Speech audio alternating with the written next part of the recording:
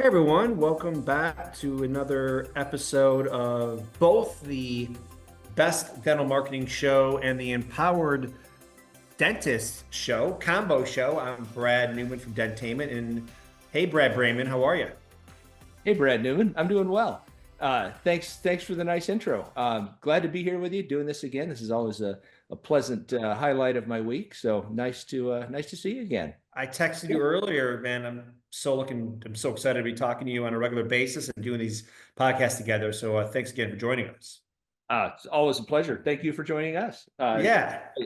I feel like you always shed some good wisdom on how to really market your dental practice in a really effective way. So that's great, and I certainly try to provide some useful tips on running your practice that you can go and use next Monday morning, or at least begin in the right way. So yeah, let's get started. So what's on your mind today, Brad? Well, yeah. So a couple of offices we work with feel like maybe they were a little bit, I don't know, bored, you could say, over the years. And now they're like not bored, like they're really jazzed up and inspired. And we were talking about it, and it's like, oh, wow, they like, have a new service or new technology, a new product. Like one particular client has this BioClear thing going, and he just got back from a course, and it's all about adding it to the website and video. So what's your take on implementing a new service and getting inspired about something new at the office? And how do you go about finding that thing so you kind of get reinvigorated and bring the spark back? Well, that's it. I think, how do you find that thing? That's a great, we as dentists, we tend to be a little bit, get stuck in analysis paralysis a little more easily than we should, or excuse me, than is functional. And I think this is, excuse me, allergies. I think this is a classic case where we can get stuck in analysis paralysis. What do I do? What should I add this? Should I add that? The thing that I think is really important in finding something that is really going to light you on fire is looking for something that's going to light you on fire. Don't worry about what the guy next door is doing, or what your buddy back in New York is doing, or who cares. Find something about which you are going to be really excited. And you mentioned that doctor we work with that has recently added BioClear. He's taking every course he possibly can. He signs up for the next one when he's there, and he is just super jazzed about it. And it's funny you mentioned him. I just had dinner with him last night, and he lives same town I do. You guys went for like Mexican food or something, right? Yes, we did. It was fantastic. Yeah. Great little spot. He and I both love Mexican food and all that goes with it. Was that in Bend, by the way? It was. Nice. Yeah. Okay. Right, little place called El Caporal. Nice.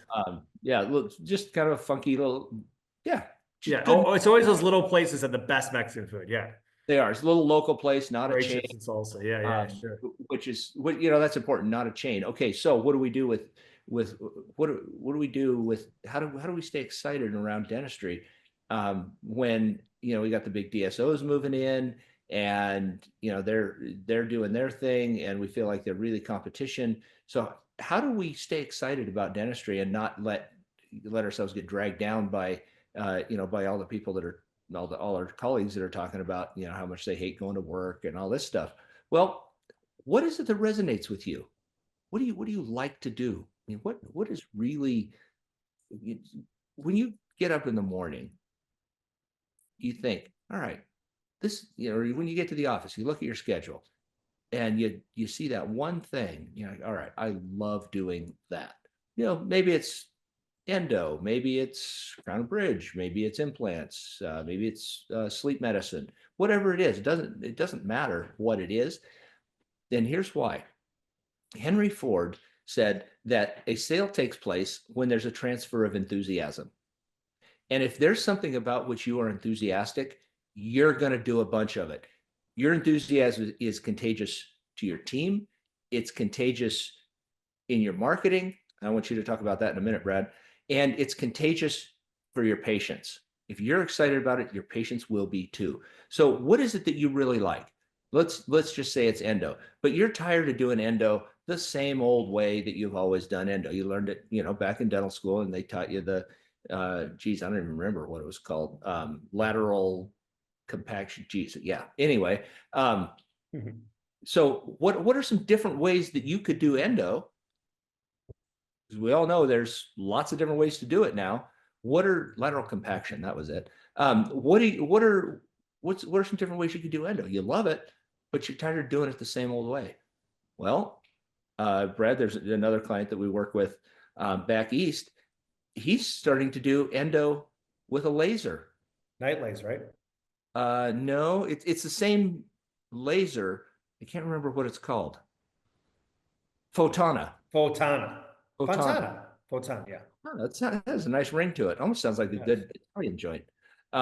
Anyway, he he until he got that, he had been referring all his endo out because he was sick and tired of doing endo the same old way. Yeah. But now that he's got his Photona,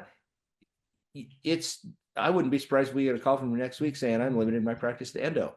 He is just there's not even room on his website anymore to add any more services because you can't even scroll anymore. There's got so many services going on. We got to add more tabs on his website. He's got so many services going on. It's unbelievable. And he is a classic example of somebody who is not resting on his laurels. He is a classic example of somebody who is super engaged in dentistry. Oh, wow. He probably doesn't even remember what he did and what he learned in dental school because he's learned so much new stuff since, but he is super engaged. So if you are somebody who is really, you enjoy dentistry, but you're just kind of feeling burned out. You're tired of doing the same old things like friggin' Groundhog's Day every day. Well, find something new. And so what's the easiest way to find something new? Find something that is a new, more interesting way to do something you already enjoy. Start there. Just get a little outside of your comfort zone.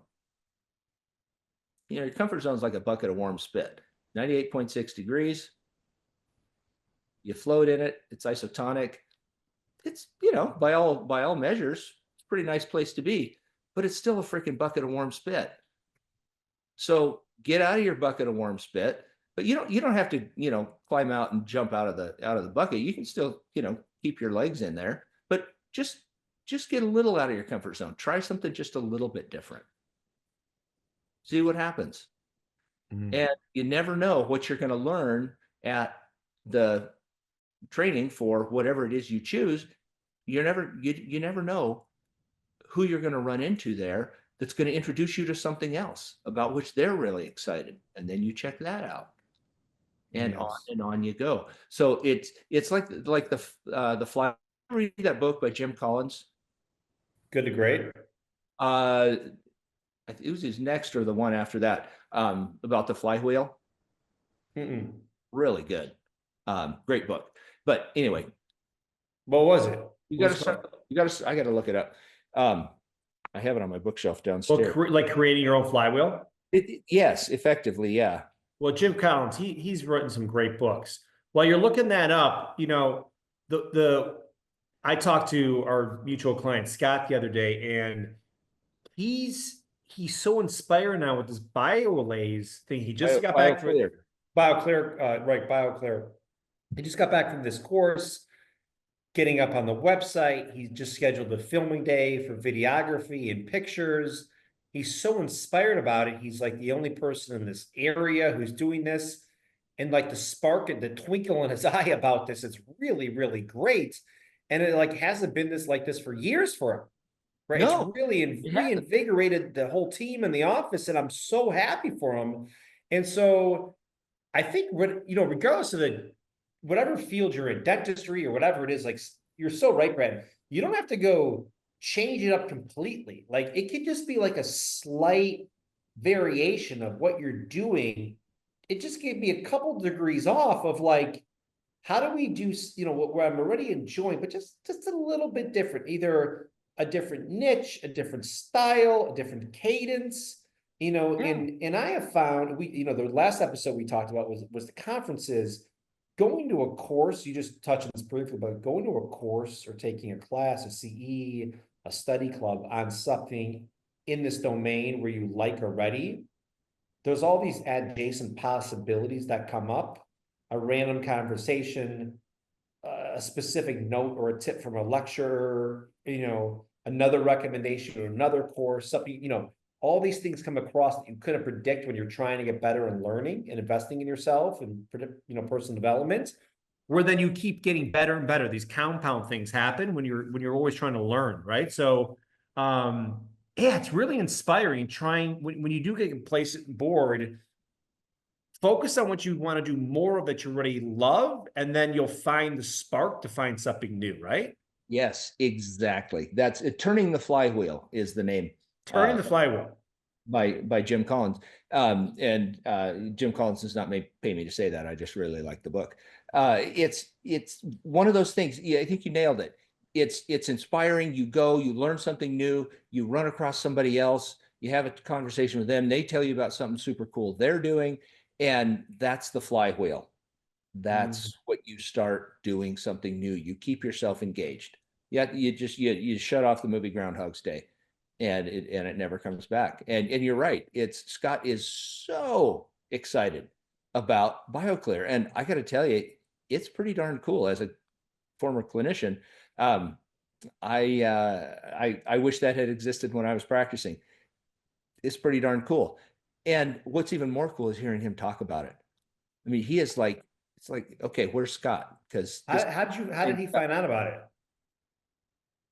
I don't know how he found out about it. He's so excited about it and telling me everything he learned and showing me pictures of cases he's doing. And I mean, it's mind boggling, the stuff they're doing with it. It's not only is it really reliable clinically from how he's described it, but it looks really, really good. And the restorations they can do, they're remarkable. So anyway, all that is to say, he's found something that takes a skill that he already had part of, doing composite restorations, composite fillings, and launched it into something about which he is just super, super stoked. Wow. So he didn't just totally jump out of his comfort zone and swing for the fences and try something cold turkey.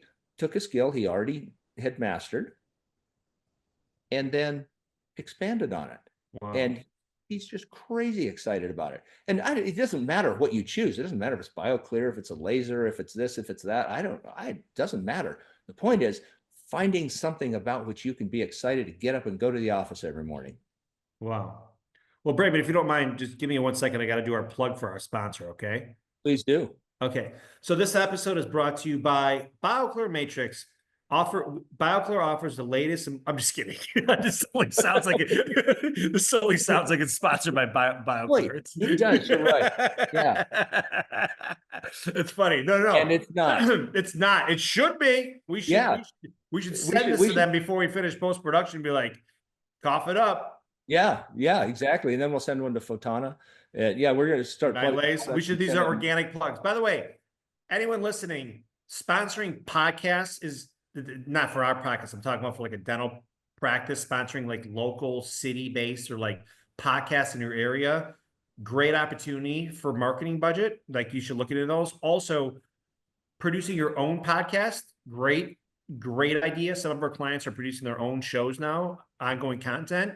So Brayman, we were talking about this earlier, but so you don't want to be solely reliant on stock content and paid ads. It'll be finito soon if that's the case.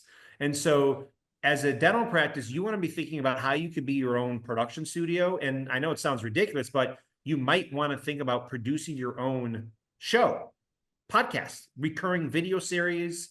If you think it's appropriate, use your office as a set.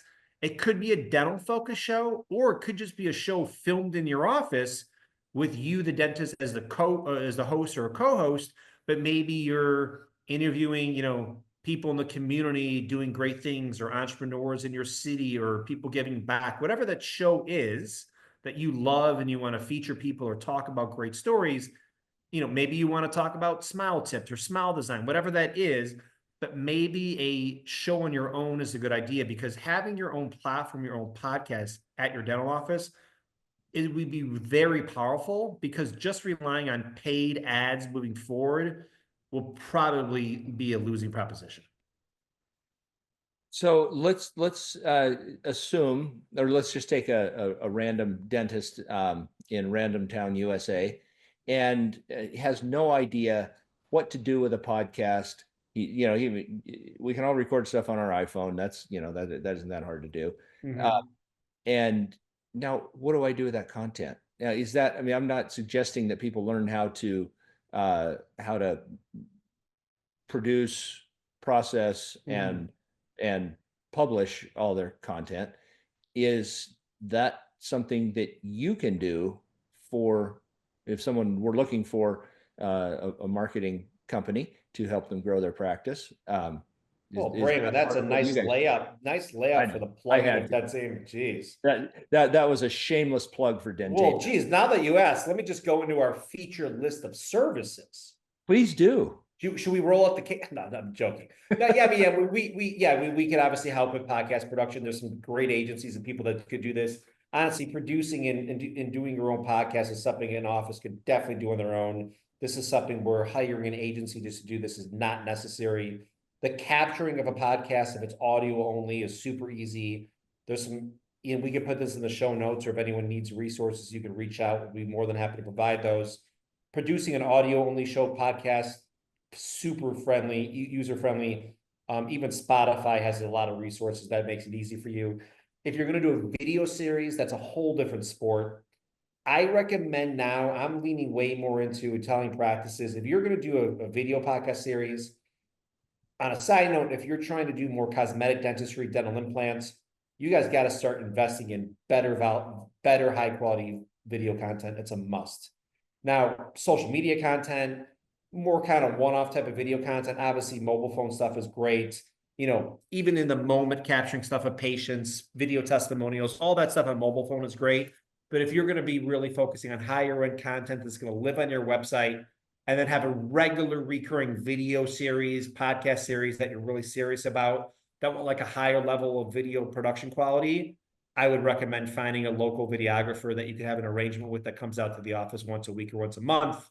That's a whole nother level of production to look into if you're real serious about it. Because there's different levels of production to do it, but there's so many resources out there now that you could get a kit on Amazon for a few $100 to make it definitely watchable with a mic, a simple lighting kit, and a tripod, just to get out of the gates to see if you have a show that's doable. And, the key is, I don't know the exact statistics, but something like, 90-something% of podcasts don't get past the 5th episode. Something crazy where someone does 3, 4, 5 podcasts and it's done. So if you're going to think about doing a podcast, like the hard part is like coming up with the content ideas. So, once you get past those first 4 or 5 episodes and you really like doing it still, then invest in the gear or start hiring someone professionally to do it. Once you start producing it and you love doing it and you get some great guests on, and if it's part of your cadence, which would be awesome, it's a huge win. Some of our clients now that are out of the gates and doing a lot of content, it's such an advantage over the clients or over the offices that aren't going to have their own shows. Because if you don't have your own show and your own content, you could still win, but you just either have to outspend everyone or out social proof everyone, meaning get way more video testimonials or way more Google reviews or, figure out ChatGPT SEO or whatever it's going to be. So anyway, just to put a bow on that, I do feel like having your own podcast is great, own show, or some type of recurring regular content strategy would be really helpful. And or just sponsoring another local podcast in the area, kind of like you used to do like TV, radio ads. Now sponsoring some type of recurring series in the area would be great, just so you have that repeat plug for your practice. Yeah, that makes a lot of sense. So it doesn't have to be difficult. The barrier to entry is a few $100. Yeah, and if you decide you really dig it, then you can swing for the fences and really go for all the fancy equipment, but you don't have to get started. Exactly. That's kind of similar to getting started with something new that's going to inspire you clinically. It doesn't have to be, you don't have to reinvent the wheel. You just have to add something. Exactly.